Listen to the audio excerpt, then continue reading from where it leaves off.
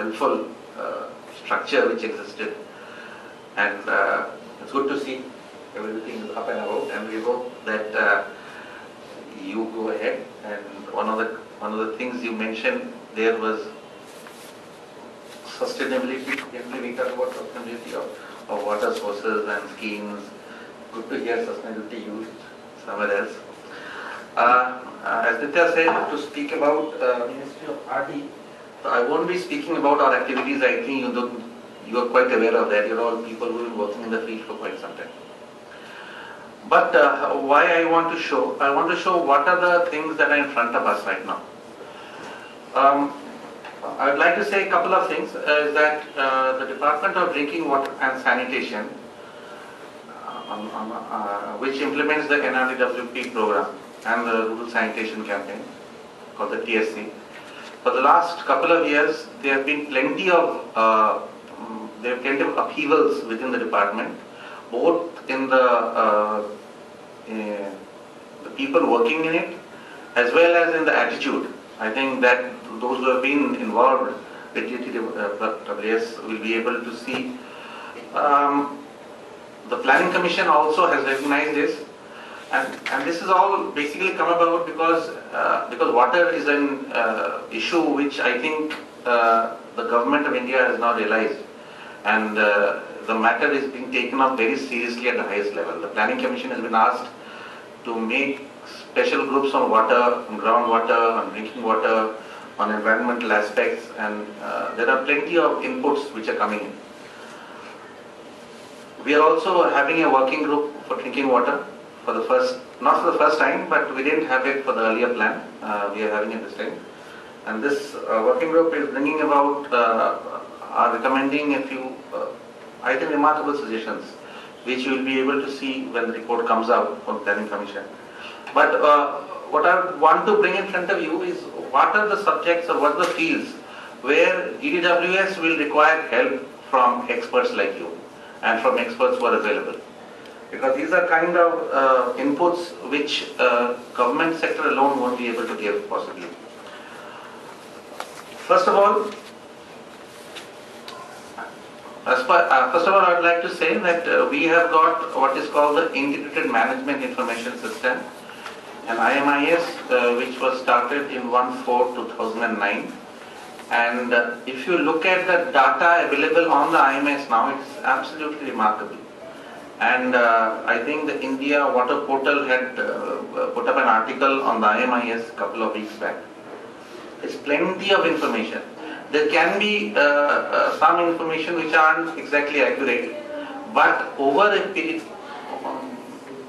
of time with interaction, feedback we are getting from the field, we hope that this IMIS will become the base on which the planning for the water sector will happen. It has already started happening, and states have come on board, which is the most important thing. As you are aware, states are the implementing agency on drinking water. It's a state subject. So they have to be on board, and they have started using our IMIS. So that's is a huge source of data. 16.61 lakh habitations, as we define, exist in the country as per the data entered by the state. Everything I will be speaking on will be from the IMIs. And out of which around 4.4 lakh habitations are what we call either slipped back or called PC habitations, partially covered. All the rest habitations are fully covered as per the NRDWP guidelines. That means each and every person in those habitations are getting 40 LPCD or above. In 4.41 lakh habitations, they are not. 40 LPCD of potable drinking water, which is quality free. So this is a big issue, and we have to handle it somehow within the next 5-year plan. There are 1.18 lakh habitations which have some quality problem or the other, not including, this is only the 5 contaminants which we basically monitor at our level. Bacteriological contamination has not been included in this 1.18 lakh. Then at the end, ensuring sustainability of existing sources and schemes. We are getting plenty of slip backs still. This has been there over the years, and it is basically increasing. We are not being able to strengthen the PRIs or the PWDs or the PHADs to maintain the water supply system. That is the main cause for concern. As I mentioned, I think all of you must be aware we have prepared a strategic plan for the next 11 years in which we have been quite ambitious, and we have got feedbacks with Nitya's help and everybody's help. We have got feedback on the strategic plan, which is very useful. But basically, we're trying to move from hand pumps towards tap water supply. Whether it is within the home or within the community, then an accessible area, accessible distance. But this movement is the thing which we have stressed in the strategic plan, and also are stressing in the preparation of the working group paper for the 5-year plan. Declining groundwater levels, this everybody is aware. This is what I was mentioning. There is appreciation at the highest level that something has to be done on this, and states have to be brought on board seriously. I think within the next few months we'll be able to see concrete action on this happening. Implementing water quality protocol and strengthening water quality mechanisms. As you might be aware, drinking water quality standards has not been declared in the country. We still follow UNICEF and other standards, World Health Organization standards. Water quality, as you know, is basically looked after by MOEF.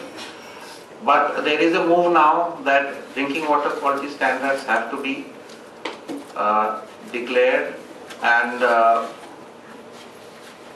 I think we'll be seeing some progress on this in the recent near future, but we need inputs on this basically. Bacteriological contamination is a worry. This is basically has been a worry, and UNICEF has been pushing this. There are plenty of health hazards. The IMR is very high. It has to be handled. We're just speaking to Adrian that we're just thinking if you can carry out a study, which are the states in which special attention has to be given. There are certain data. The data which we are getting is a bit big. It's a bit confusing for us basically. Diarrheal cases in India is happening in those states where sanitation has done extremely well. So this kind of questions are coming up, and we're trying to find out where we should, how we should go ahead. Then the thing that handled, basically is a matter of concern for us is what is happening now, that we are getting drinking water supply schemes in large numbers. Every year, 9,000 crores of Government of India resources and another 13,000 crore of state government, which makes it, as I have been informed, that the largest rural drinking supply scheme in the world. No other country has this kind of investment in rural drinking water. So the schemes are basically exponentially increasing. But who will carry out the O&M of these schemes? How will they run? To expect the PHED department or the water board to do it is simply not possible. There is no recruitment, they don't have manpower. They may have the expertise, but they don't have the capacity to maintain such a large number of schemes. So ultimately these schemes have to be handed over to the PRS. They will have to take responsibility for the schemes. But saying that is the easiest thing, and implementing that is very difficult. You need to give them funds, you need to give them manpower, you need to give them authority.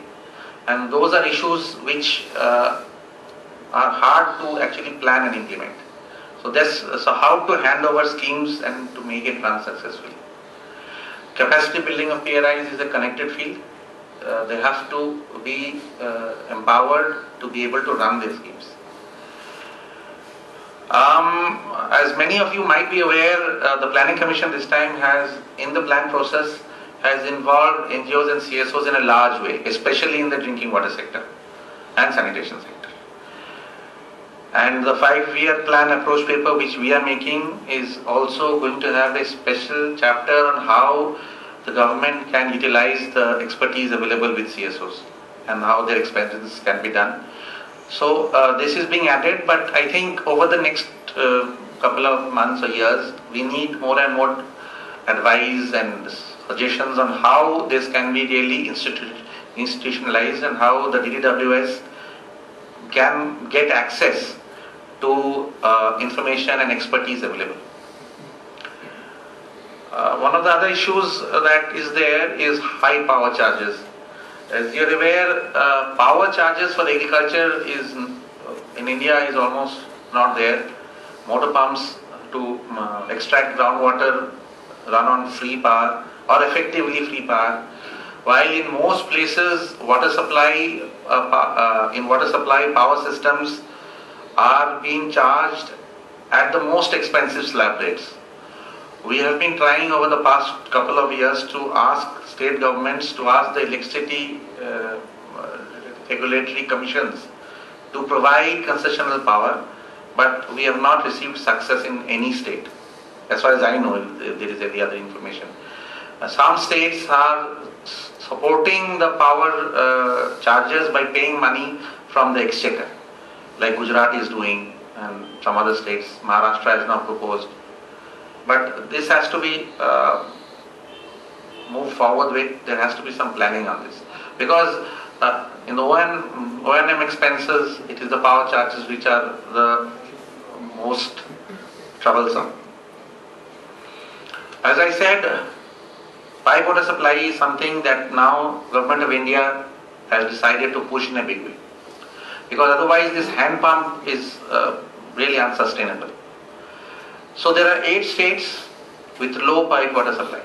And you'll be amazed to see these are the states where the largest habitations, largest population pressure, UP, Bihar, Madhya Pradesh, Jharkhand, Chhattisgarh, Rajasthan, Rajasthan, Himachal. And how to tackle. UP has a pipe water supply of around 2.5%. This is household. So this will require massive resources. So this is another issue, how we go ahead with it. Another point is something which is worrying. In fact, our Minister of RD, who was earlier Minister of Environment and Forest, is aware of water issues. He also, in his initial meeting with officers of the department, he laid stress on the LW affected areas. He says that we have to ensure we have to basically adequate and portable water supply to every village and every habitation in LW areas. And also stressed, I think it is now high time that water supply should not be a reason for encouragement of LW activities.